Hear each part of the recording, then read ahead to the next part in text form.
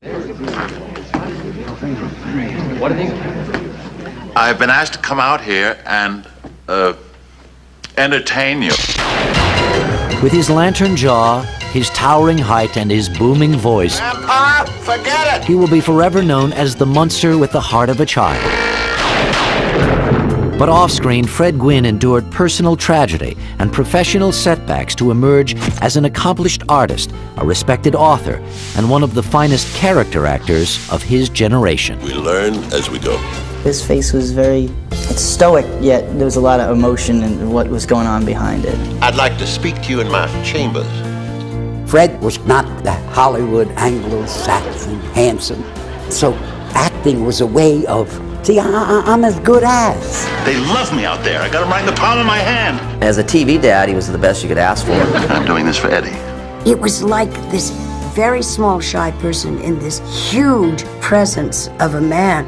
My father was very, very funny, a talented artist, a generous man with a very, very loud voice. That's what I heard! Fred Gwynne was just a great big teddy bear.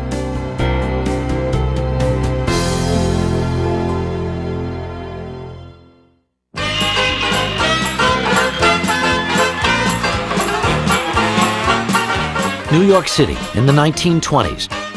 The Great War was over. The economy was thriving, and the blue bloods of Manhattan's cafe society were kicking up their heels at speakeasies around the town.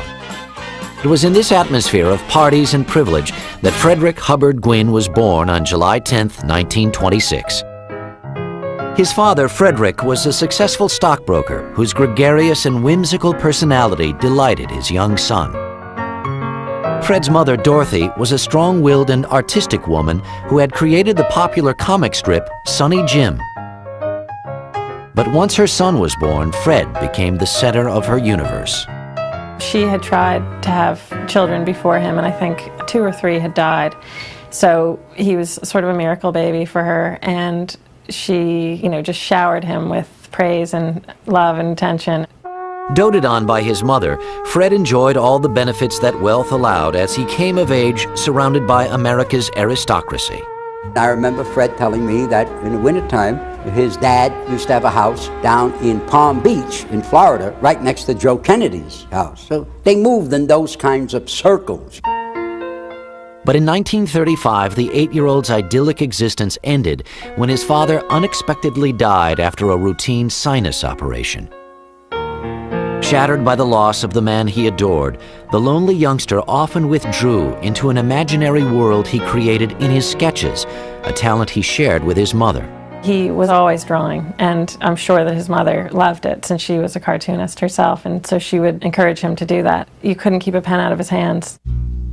Fred's mother also nurtured him through his awkward years at school, when a sudden growth spurt set the adolescent apart from his peers. Can you imagine a kid who was that tall and gangly, and you'd think he would be ostracized more than embraced? And I think his mother just made him feel so comfortable with himself that he was just very well liked. In 1939, 13-year-old Fred entered Groton, an elite and highly competitive East Coast prep school. Fred became an outgoing and popular student. He sang in the school choir, and he excelled in his art classes, studying under the noted portrait artist R.S. Merriman. As the young student's passion for art grew, he studied everything from the Impressionist to the 19th century political cartoons of Honoré Daumier. He also joined the drama program, which allowed him to express his whimsical personality. But throughout Gwynne's high school years, a dark cloud hung over the young men at Groton. In 1941, America entered the Second World War, and patriotic teens everywhere were eager to fight for their country. When Fred graduated in 1944, he immediately enlisted in the United States Navy. For 2 years, the 6'5" seaman served aboard a subchaser in the Pacific as a radio operator. You almost went insane. The Morse code constantly in your ear, going on and keeping up. He wept before the captain, he said, because he wanted to get out of it. He'd do anything, so he wept. And somebody said, "Aren't you ashamed of yourself?" But he got out of radio duty. After 2 years at sea, Gwynne was ready for an intellectual challenge, which he found at Harvard University. It was here that the undergraduate discovered an outlet for his artistic talent and wicked wit on the staff of the Harvard Lampoon, joining forces with fellow classmates John Updike and George Plimpton.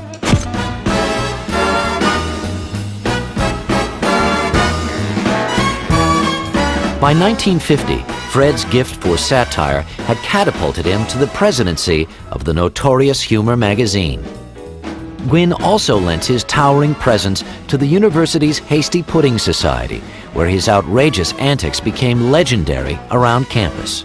The Hasty Pudding is a theater group where there are no women, so the men dress as women, and you can imagine, he just had a ball. He loved to make people laugh.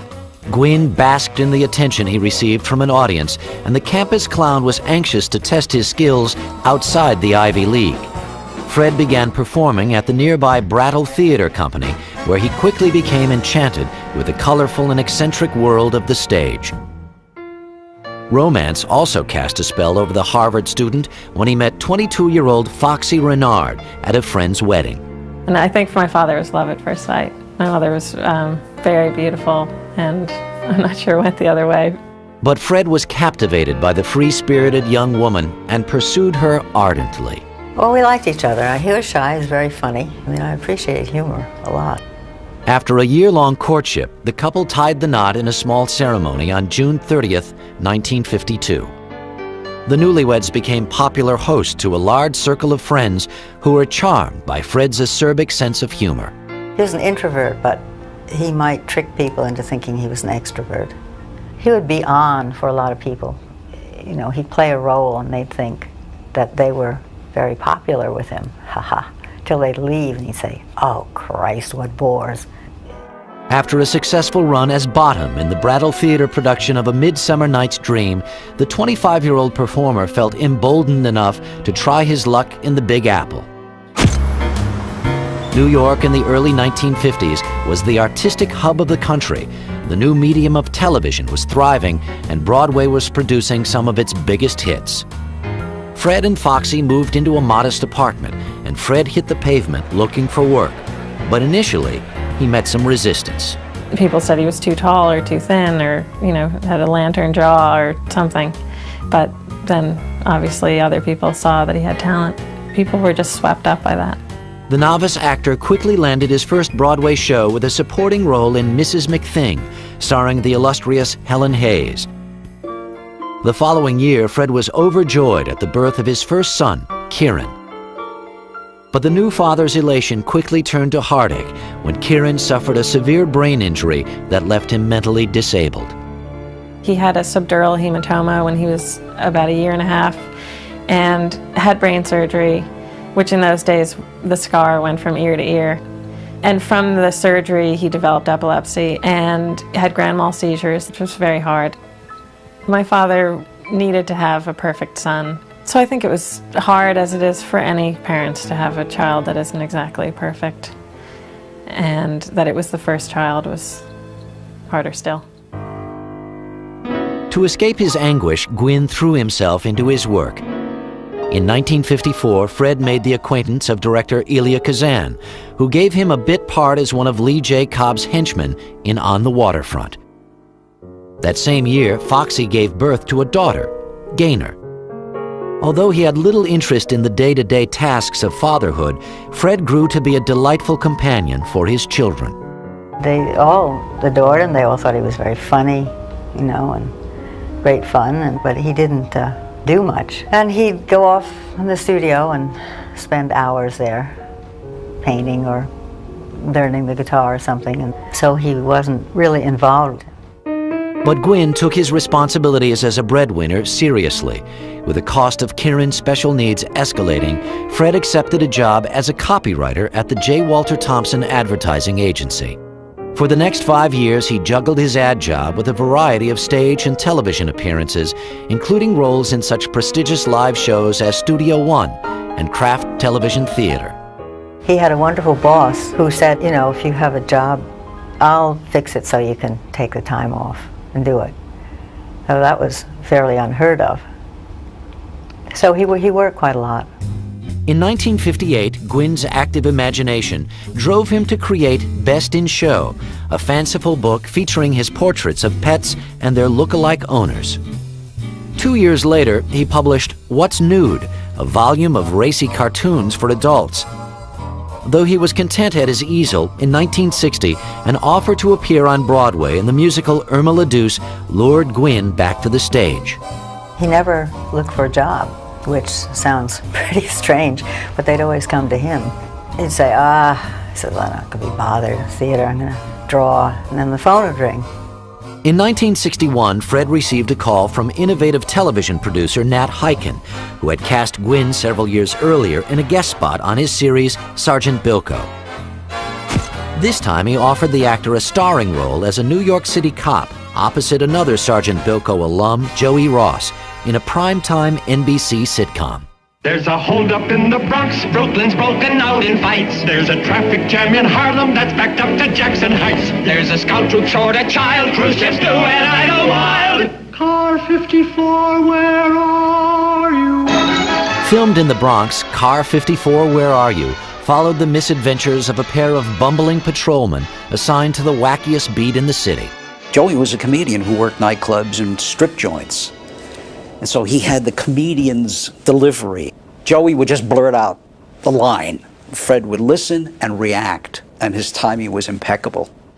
Francis, why are you so afraid of girls? Gunther, it's not that I'm afraid of girls. It's just that, well... What? Look at me. I'm 6'6", and 5'6" of me is face. You know what they call me in grammar school? Horse face. Don't pay no attention to kids. They just repeat what other people say. Fred relished the opportunity to work alongside actors whose ethnic and cultural diversity was groundbreaking in network television. Among the talented cast were Hank Garrett, Al Lewis, and Nipsey Russell. Most comedies were pretty, white bread back in the early 60s, and you wouldn't get a lot of racial blending, but it was probably more progressive at the time than we would think it is by looking at it now. Off-screen, Fred and co-star Al Lewis formed a close friendship. I got to know Fred, from working the show, 5 days a week. Became very friendly with Fred. He was very open, very warm, a good guy. Really, really good guy. The show became an immediate hit, and 35-year-old Fred Gwynne became a household name. And when he and Foxy celebrated the birth of their third child, a son, Dylan, the rising star was happier than ever. But on July 12, 1963, while on the set of Car 54, the actor received the devastating news that his infant son, Dylan, had drowned in the pool of the family's new house in Bedford. Fred was inconsolable. The pain of losing a child put an overwhelming strain on Fred and Foxy's relationship, and the couple separated. I would say that was horribly traumatic for my parents, but maybe even more so for my father, since that was the perfect boy. He finally had one that was perfect, and I'm sure it was just devastating. With his family life falling apart, Fred returned to the set, where he hid his private turmoil under a stoic demeanor. He kept a lot of stuff to himself. When he experienced the tragedy with the loss of his child, he didn't come out and say, my child just died. He really didn't want to get into it. He was able to push that aside, do the job. Once the job was finished, then he became Fred Gwynne, the bereaved dad. Numb with grief, Fred struggled to get through the months that followed. Burying himself in work, he juggled a Broadway show with his TV series until Car 54 was canceled after a 2-year run. But in 1964, a call from Hollywood would change Gwynne's life forever.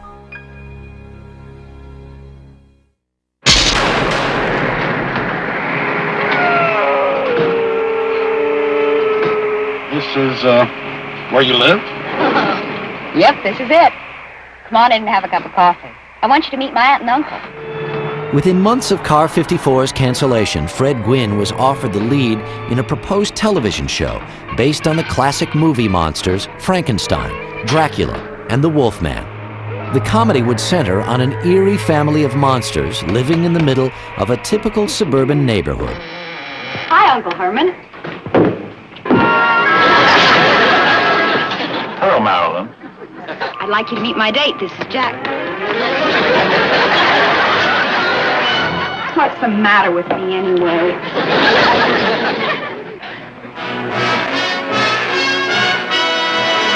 Teamed with friend and Car 54 co-star Al Lewis, Fred appeared as Herman Munster in this rarely seen test, opposite Joan Marshall as his vampire wife, Happy Durman in the role of their son Eddie, and Beverly Owen as the Munsters' niece, whose all-American beauty made her the family misfit. It's the family living in a neighborhood where they don't quite fit in, but they don't quite realize that.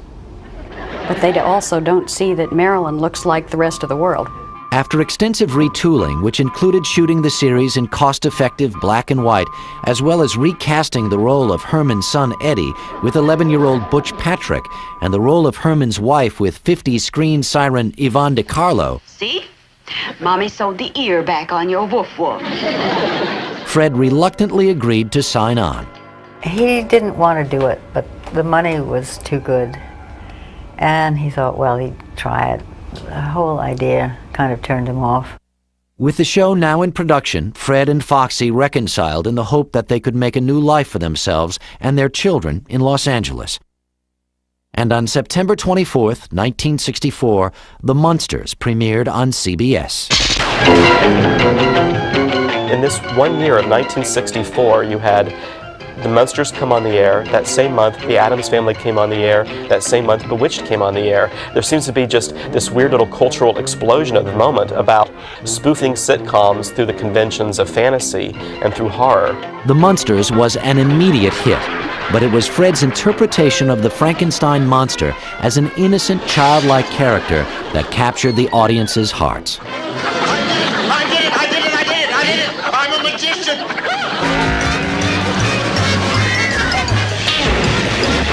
The inventive actor used many tools to bring his character to life. He created a unique voice by adapting his mother's lyrical vocal tones. Patience, Peter Pan. You may not believe this, but I'm Secret Agent 702. Well now, how about that? And when he added the hearty guffaw of a prop man to his portrayal, Herman's laugh became his trademark. He really immersed himself in that role, and that's one of the things that most people aren't aware of when they see the Herman Munster character, of how good a job and how good an actor he really was to pull that off. I put Lily in the cabinet. I pull the curtain. I said a few magic words. And I pushed the button. And then I opened the curtains. And she was gone. Grandpa, you've got to help me. Lily, you come back! Hi, Mom. I'm glad you're back. Pop was really cracking up. Another high point of the show was the special comedic rapport that Fred and Al Lewis shared on screen. They worked well with each other, and they really were up there, as far as comedic teams with, Laurel and Hardy, Abbott and Costello, you name them. Grandpa, did you hear a door slam? Yes, I did hear a door slam. Was it a back door? No, it wasn't a back door. Was it a side door? No, it wasn't a side door. What kind of door was it? It was the only door. We never for a second ever cheated the audience. We wanted to be both of us better than we were, and I think we succeeded. The Munsters quickly developed into a national phenomenon and became one of the first series to be mass merchandised. I think that it was aiming very heavily at the kid market because they merchandised the show almost immediately. They had all kinds of Munsters toys and gizmos, and there was the Munstermobile that you could see at the parades and stuff. The actors also did their part in promoting the show with numerous personal appearances, as well as television commercials. This is my father. He hangs pictures, helps Grandpa experiment, helps Mommy with the cleaning. Where does he get his go? From me. I lend him my Cheerios. Big G, little O. Go with Cheerios. By 1964, Fred had become one of television's most famous faces, But the stifling makeup and heavy costume were taking their toll on the 38-year-old star. You know, we had to be there 6 o'clock, 2-hour makeup and the hair, and Fred the headpiece and the boats and the foam. Terrible. He suffered terribly, Fred, under the foam. Unbelievable. Didn't breathe. When we would have to go to lunch, he'd get into slippers and he'd take off the boot and he'd pour out sweat from the boot, I would say a half a gallon. Forced to take salt tablets to prevent severe dehydration, Fred also began suffering chronic back pain and grew dangerously thin. He would put this air hose down inside the suit and blow cold air down there, drink gallons and gallons and gallons of lemonade to keep from being dehydrated, but he still got thinner and thinner and thinner. He really lost a lot of weight doing the show. Making the Munsters even more difficult for Fred was his growing frustration with the show's scripts. After a while, there's only so many times you can go to the well of these type of jokes that we'd already done twice.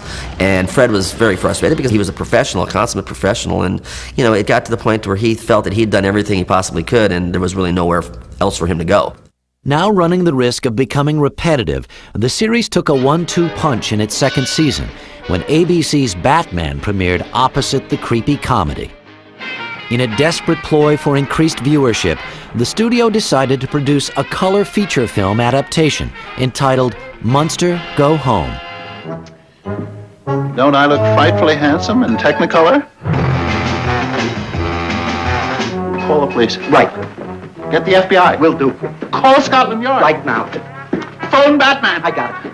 Car 54, where are you? See Herman Munster in his Dracula challenge some of the world's fastest cars in history's weirdest race. But nothing could help the Munsters. By the end of the year, the spooky series had lost the ratings race, and CBS canceled the show. He was happy. He was at the cast party. He held up a little sign that said, "He says, watch Batman." You know, he had no problems. He was ready to go. He wanted to go, and it was time. And he was very, very happy to return home. After 2 years of playing Herman Munster, the actor was ready for a break from the grueling role. But for Fred Gwynne, escaping the part that had made him famous would prove to be more difficult than he could ever have imagined. By the fall of 1966, the Munsters had vanished from network television, and after a brief respite, a restless Fred Gwynne was ready to return to work. But the actor was shocked by the devastating effect his 2 years as Herman Munster had on his acting career. It wasn't until he was out of the Munsters that he realized that it had hurt him a lot as far as acting. His name would come up for a part and they'd say, "Oh, come on, Herman Munster for that? Are you crazy?" Dispirited, in 1967, the 41-year-old star left Hollywood and moved back to New York. He didn't like Hollywood. I guess a little bit too fakey and glitzy for him, and he didn't want to put up with that. I mean, that's what you have to put up with if you're going to be, quote-unquote, a Hollywood celebrity star. You have to be able to pretend and look as though you're not pretending. And Fred couldn't do that. He wanted to retire more and more from life, from doing anything, from appearing in public, from giving autographs. Fred was now free to spend more time at home with his family, which had grown to include another daughter, Madden, and a son, Evan. But even the arrival of 2 more children could not mask the fact that Fred and Foxy's relationship was on rocky ground. Their marriage was not happy, and there was a lot of fighting, a lot of disagreeing. You know, like every good Irishman, my father did like his cocktails, and that only led to louder voices and more disagreements. The animosity grew exponentially. As life at home was becoming unbearable, Fred found refuge in the relative security of the sound stages, taking whatever roles were offered in an effort to change the public's perception of him. In 1969, he accepted a part in NBC's made-for-TV musical The Littlest Angel, co-starring Johnny Whitaker.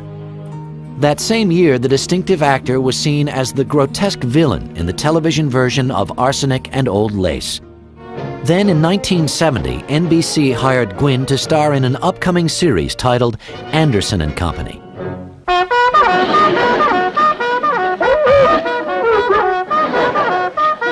Fred played a turn-of-the-century store owner and the father of 8 rambunctious children.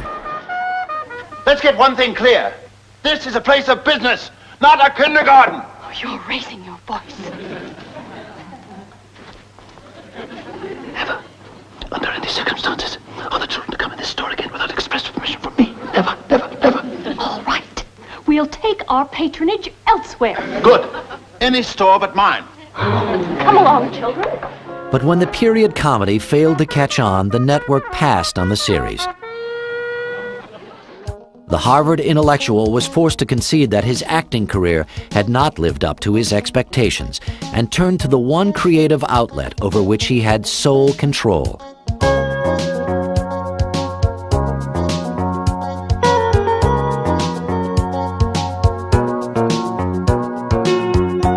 Though he was no longer receiving a regular salary, wise investments allowed Gwynne the freedom to indulge in his passion for art. He had a studio at the house that my parents had that was separate from the house, and he just painted and painted and painted. Inspired by his daughter, Madden, Fred began working on a children's book that combined his fanciful sense of humor with his love of wordplay. I had asked him one day about the mole on his face, and he said, "That's a mole," and he said, "I examined it." And a few days later, the cat killed this little furry brown animal on the lawn, and I said, "What is that?" And he said, "That's a mole." And he said, I stared from this brown animal to his face, back and forth and back and forth, and he said finally he realized what I was doing, and it just cracked him up. This misunderstanding led to a series of children's books which, over the years, included such classics as The King Who Reigned, A Chocolate Mousse for Dinner, and A Little Pigeon Toad. While the books were hugely successful, Gwynne still felt he had to prove himself as a serious actor and decided to return to the small stages of New England, where his career had begun 23 years earlier. But more than a few heads turned when the former television star was cast as Big Daddy in a revival of Tennessee Williams' Cat on a Hot Tin Roof, co-starring Elizabeth Ashley. There was great trepidation, and all during the rehearsal period, I can remember people saying to me, I mean, wait, you got Herman Munster playing Big Daddy? I mean, come on, he's done everything. But nobody remembers that he's ever done anything but this, and he wants to come and do it. Unfazed by the skeptics, Gwynne turned in a stellar performance that won him praise from the play's legendary author. Fred brought every aspect to it that Tennessee had ever conceived of. And that's very rare when you're dealing with a playwright like Tennessee Williams. Realizing that theater offered him the quality of work to which he had always aspired, Fred continued to act in a variety of acclaimed stage productions, including a role as Claudius in Shakespeare's Hamlet, and that of the stage manager in Thornton Wilder's Our Town. I think that it took so much out of him to go on stage, but he did love the theater. He really did, and I think that was really his element. I mean, I've seen him on stage, and he just glows. In 1979, the versatile actor won an Obie Award for his performance in the off-Broadway play Grand Magic. At 53, Fred had established himself as one of the theater's principal character actors. His years as a film and television star seemed far behind him, but it was a situation that wouldn't last for long.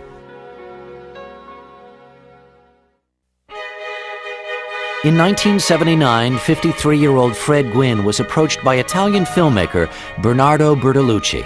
The director of such landmark films as The Conformist and The Last Tango in Paris offered Gwynne a pivotal role in the somber drama Luna, starring Jill Clayburgh. I had a strange dream last night. What? Oh, it's boring. Tell me. No, you're busy packing. I'll tell you later. Just tell me your dreams. When people tell me their dreams, I find it very uninteresting. I'll tell you later. We'll have loads of time on the book, okay? Remember, we have 2 hours to get ready. By now, Gwynne was beginning to prove that there was more to him than Herman Munster. But at home, Fred's relationship to Foxy was unraveling, and after 28 years together, the couple decided to divorce. You just drift apart. It happens when you suddenly, nothing looks very colorful or fun, and there were a lot of battles and a lot of unpleasantness. So we split. In 1980, Fred moved into an apartment on Manhattan's Upper West Side. Gwynne enjoyed the bachelor life, but all that changed when a friend introduced him to 30-year-old Deborah Flater. We had a lot in common. I was working in book publishing. He, at the time, was working on one of his children's books. And I took an interest in what he was doing, and so we had a common ground there. Deb's strong will and take-charge attitude appealed to Fred, and they soon began seeing more of each other. She made him feel very secure, and she's a strong woman, and he really liked that. He likes to have a strong woman to take care of him, and he liked to be told which way to go, and Debbie was just the woman for the job. Together, the couple decided to focus their energy on Fred's film and TV career. In 1981, the 55-year-old actor received an offer to reprise the role of Herman Munster in the NBC TV movie The Munster's Revenge. Fred did not want to really do the Munster thing again. And I told him, I said, look, the thing to do is name an astronomical figure. And they'll reject it, and that'll be the end of it. Well, he named an astronomical figure. Well, they took it. After filming was completed, Fred was eager to move on to more serious acting challenges. In 1984, Gwynne got his chance when he won a flashy role in Francis Ford Coppola's The Cotton Club, starring Richard Gere and Bob Hoskins. Fred was cast as Big Frenchie, the loyal friend and bodyguard to Hoskins' club owner, Oni Madden. Bob Hoskins and Fred wrote some of their own scenes, in particular the watch scene.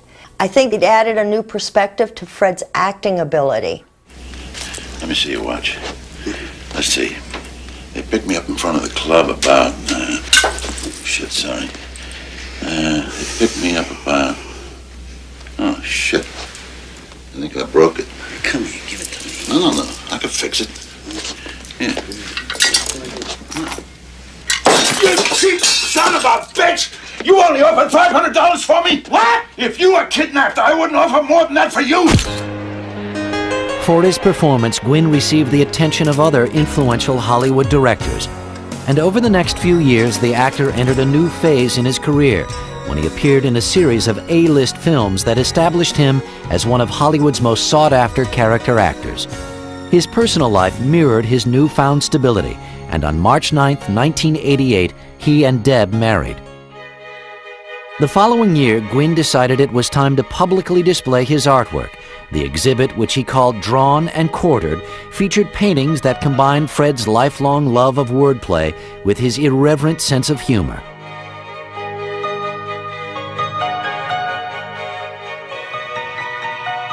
He was a spiritual person. He was very interested in the hereafter and who God was and what power that makes us all tick. And he expressed a lot of that in his paintings.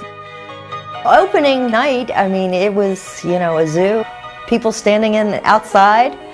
Everyone was, really excited about it. At an age when most people are retiring, Fred Gwynne was at his creative prime. He continued to turn in standout performances in such films as Stephen King's Pet Sematary and the heist comedy Disorganized Crime, starring Lou Diamond Phillips, Ruben Blades, and Daniel Roebuck. We need another 900. Why don't we just take out a loan? We can hit one more. Are you out of your mind? We're gonna get nailed. This isn't Miami, you know. Every cop they have will be swarming over that market. If we hit another right now, they won't be ready. They won't be ready? I'm not ready. I haven't done this since I was 17. Go. I can't believe I'm doing this. The film was shot in Montana, and Gwynne, who had developed a fear of flying, traveled to the location in a custom motorhome with Deb. Still newlyweds, the couple's playful chemistry lit up the set. Fred and Debbie seemed really like they saw life the same way. They played the same way, they talked the same way, and they just seemed perfect together. The movie received only modest attention, but critics singled out Fred's subtle performance as a highlight. Although the 63-year-old actor was now working steadily, Fred grew irritable and restless. He was very emotional. There were times when you would almost feel he was manic depressive. because it would be that extreme. But it was more, he would become frustrated with himself if he wasn't working. It would bug him, and he would drive you crazy about not working. But then when he was working, he'd drive you crazy about working. After years of personal and professional highs and lows, the lanky star was ready to put his career on the back burner and seek out a more tranquil way of life. But now that Fred was anxious to retire, he found himself in greater demand than ever before.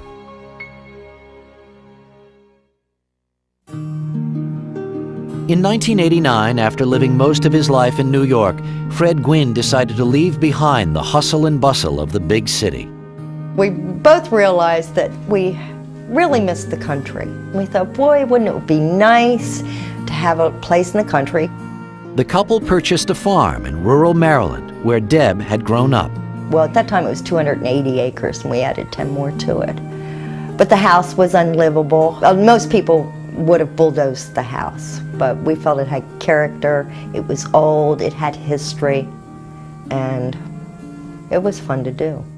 While Deb struggled to turn the ranch into a profitable venture, Fred focused on his art. They had to build him a big studio. He had this big, beautiful, spacious studio, and he got so much work done. But I have a feeling that he missed the city sometimes, and missed just the pulse, the beat of city living and sort of the excitement of it all.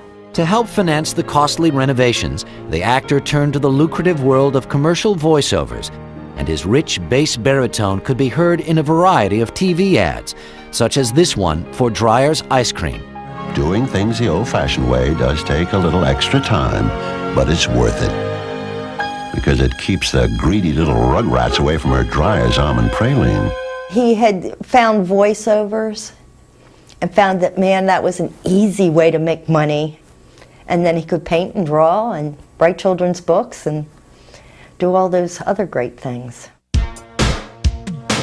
Though Fred had all but given up his film career, in 1991 he accepted a key role in the courtroom comedy My Cousin Vinny, starring Joe Pesci, Marissa Tomei, and Ralph Macchio. In the film, Pesci portrayed an inexperienced New York attorney defending his cousin before a stern Southern judge played by Gwynne. Counselor, your clients are charged with first-degree murder. How'd they plead? Ayana, my client... Don't talk to me sitting in that chair.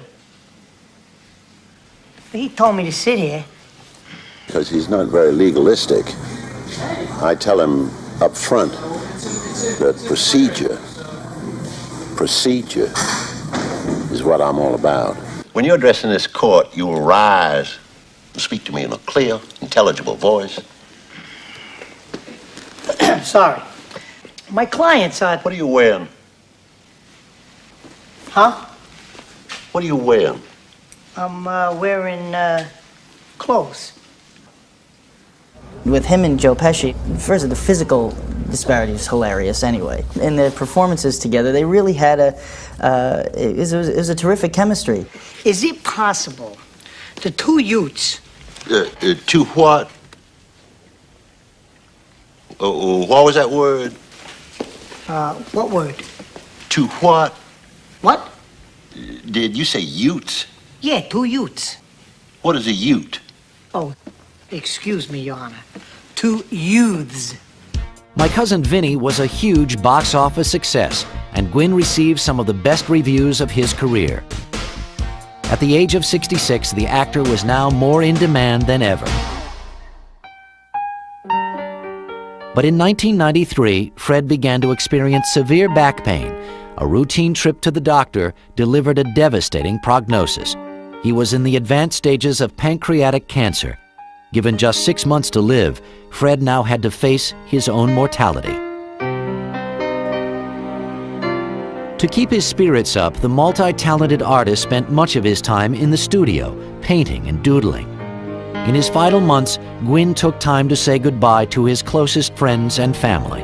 When it was pretty clear that he was going to die, we talked a lot about death, and he said he was going to see his mother and finally get to spend time with his father, which was something to look forward to. He always said that he felt that life was, that fast, and when we had to say goodbye and, when he was really, really ill, he just said, "I'll see you this soon."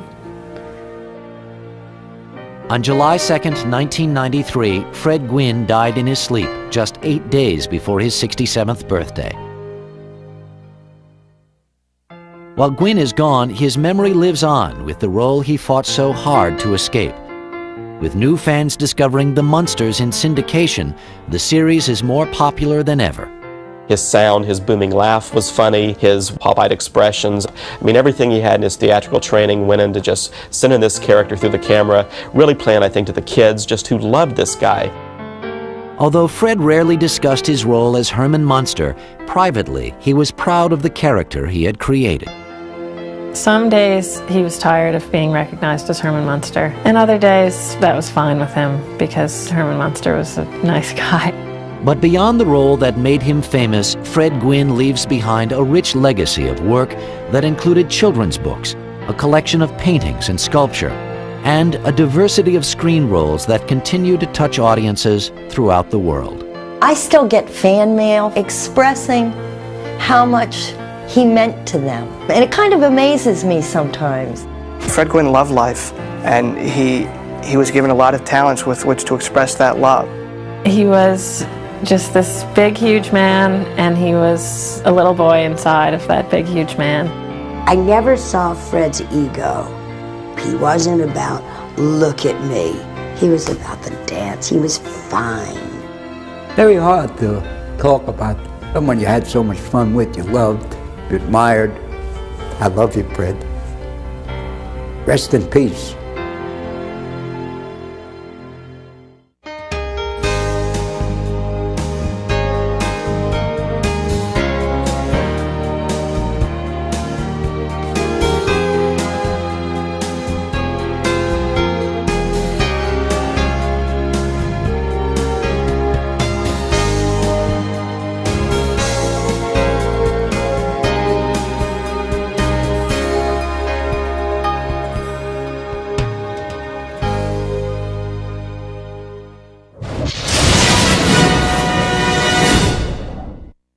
An artist, a generous man with a very, very loud voice. That's what I heard! Fred Gwynne was just a great big teddy bear.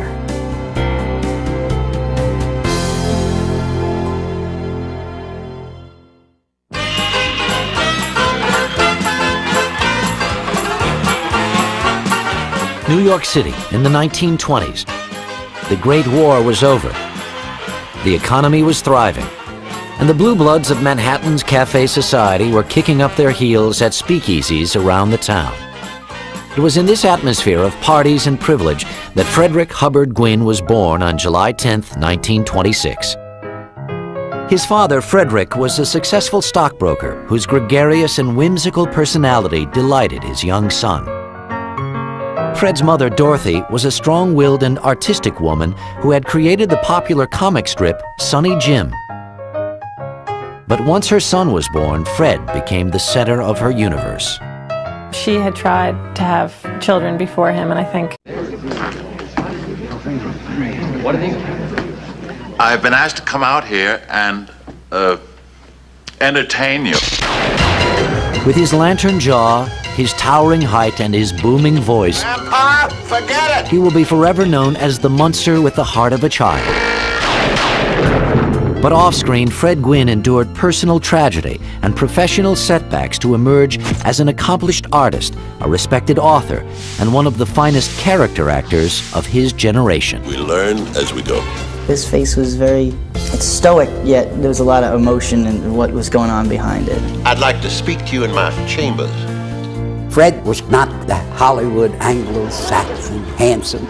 So acting was a way of, see, I'm as good as. They love me out there. I got them right in the palm of my hand. As a TV dad, he was the best you could ask for. I'm doing this for Eddie. It was like this very small, shy person in this huge presence of a man. My father was very, very funny, a talent. 2 or 3 had died, so he was sort of a miracle baby for her, and she, just showered him with praise and love and attention. Doted on by his mother, Fred enjoyed all the benefits that wealth allowed as he came of age surrounded by America's aristocracy. I remember Fred telling me that in the wintertime, His dad used to have a house down in Palm Beach in Florida, right next to Joe Kennedy's house. So they moved in those kinds of circles. But in 1935, the 8-year-old's idyllic existence ended when his father unexpectedly died after a routine sinus operation. Shattered by the loss of the man he adored, the lonely youngster often withdrew into an imaginary world he created in his sketches, a talent he shared with his mother. He was always drawing, and I'm sure that his mother loved it since she was a cartoonist herself, and so she would encourage him to do that. You couldn't keep a pen out of his hands. Fred's mother also nurtured him through his awkward years at school, when a sudden growth spurt set the adolescent apart from his peers. Can you imagine a kid who was that tall and gangly, and you'd think he would be ostracized more than embraced? And I think his mother just made him feel so comfortable with himself that he was just very well liked. In 1939, 13-year-old Fred entered Groton, an elite and highly competitive East Coast prep school. Fred became an outgoing and popular student. He sang in the school choir, and he excelled in his art classes, studying under the noted portrait artist R.S. Merriman. As the young student's passion for art grew, he studied everything from the Impressionist to the 19th century political cartoons of Honoré Daumier. He also joined the drama program, which allowed him to express his whimsical personality.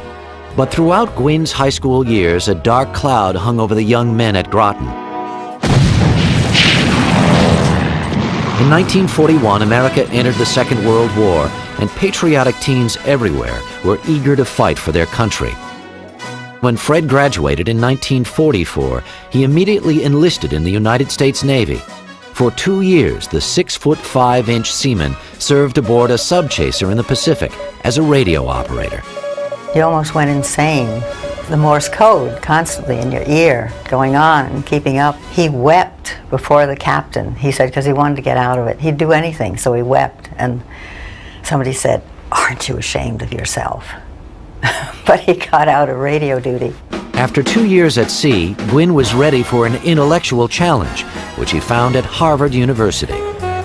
It was here that the undergraduate discovered an outlet for his artistic talent and wicked wit on the staff of the Harvard Lampoon, joining forces with fellow classmates John Updike and George Plimpton.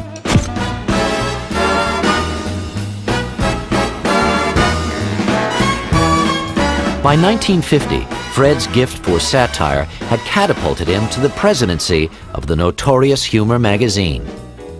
Gwynne also lent his towering presence to the